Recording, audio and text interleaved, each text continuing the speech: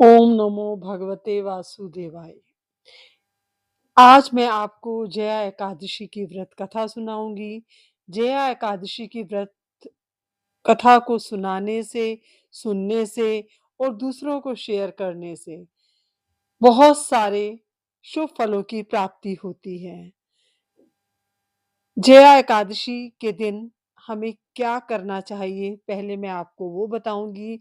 जया एकादशी के व्रत वाले दिन देर तक नहीं सोना चाहिए। एकादशी के व्रत वाले दिन पीले रंग के वस्त्र पहनने चाहिए और काले रंग के वस्त्र आज के दिन आप बिल्कुल भी ना पहने। और एकादशी के व्रत में भूल कर भी तुलसी ना तोड़े। भगवान विष्णु जी के लिए तुलसी दल को आपको एक दिन पहले तोड़ लेना है। एकादशी के व्रत के दिन साधक को भूल कर भी चावल नहीं खाने हैं और एकादशी के दिन आपको कथा अवश्य सुननी है। और जया एकादशी के दिन आप भूल कर भी किसी की चुगली, किसी की बुराई और किसी के लिए आप गलत बिल्कुल भी नहीं बोलेंगे।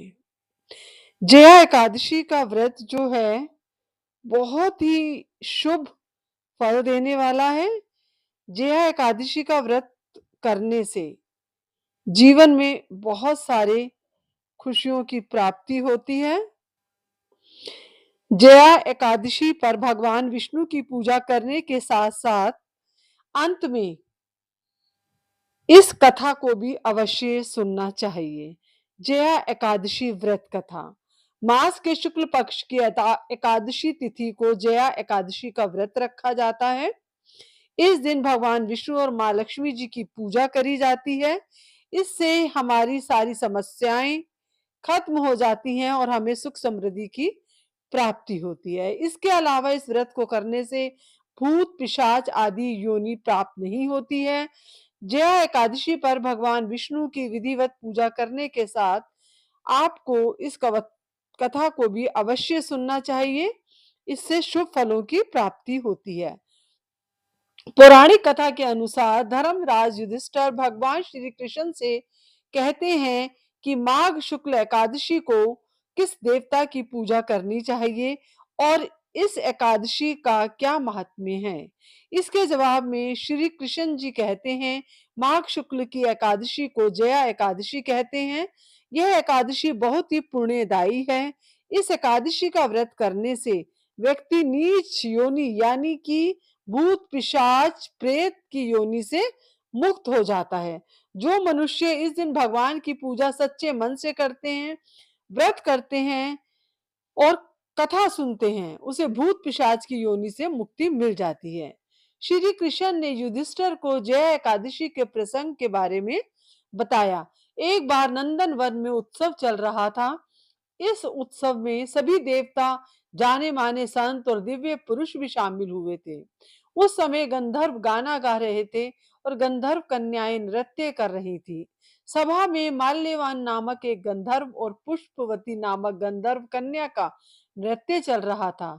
इसी बीच पुष्यवती की नजर जैसे ही माल्यवान पर पड़ी, वह उस पर मोहित हो गई। पुष्यवती ने ये सोचकर सभा की मर्यादा को भूलकर वो ऐसा नृत्य करने लगी जिससे माल्यवान उसकी ओर आकर्षित हो जाए।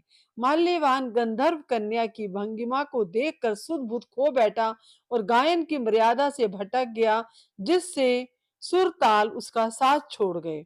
दोनों ही अपनी धुन में एक दूसरे की भावनाओं को प्रकट कर रहे थे, किंतु वे इस बात से अनजान थे कि देवराज इंद्र उनकी इस नादानी पर क्रोधित हो रहे थे। तभी उन्होंने दोनों को नीच पिशाच योनि प्राप्त होने का श्राप दिया। इस शाप से तत्काल दोनों पिशाच बन गए और हिमालय पर्वत पर एक वृक्ष पर दोनों का निवास बन गया। पिशाच योनि में इन्हें काफी तकलीफों का सामना करना पड़ रहा था। इस बीच माघ मास के शुक्ल पक्ष की एकादशी तिथि आई। इस दिन सौभाग्य से दोनों ने केवल फलाहार ग्रहण किया। उस रात बहुत ठंड थी, तो वो दोनों पूरी रात जागरण करते रहे।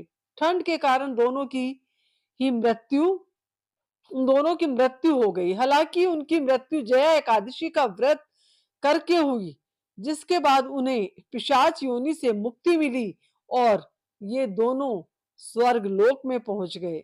इंद्रदेव उन दोनों को वहां देखकर हैरान हो गए और पिशाच योनि से मुक्ति कैसे मिली यह पूछा। माल्यवान ने कहा, यह भगवान विष्णु की जया एकादशी का प्रभाव है। हम इस एकादशी के प्रभाव से पिशाच योनि से मुक्त हुए हैं। इंद्र इससे अति प्रसन्न हुए और कहा कि आप जगदीश्वर के भक्त हैं, इसलिए आप अब से मेरे लिए बहुत आदरणीय हैं। आप स्वर्ग में आनंद से रहें। तो इस जया एकादशी के व्रत की आप सबको बहुत बहुत शुभकामनाएं और विष्णु जी और माँ लक्ष्मी जी आपकी और मेरी सारी इच्छाओं को पूरा करें।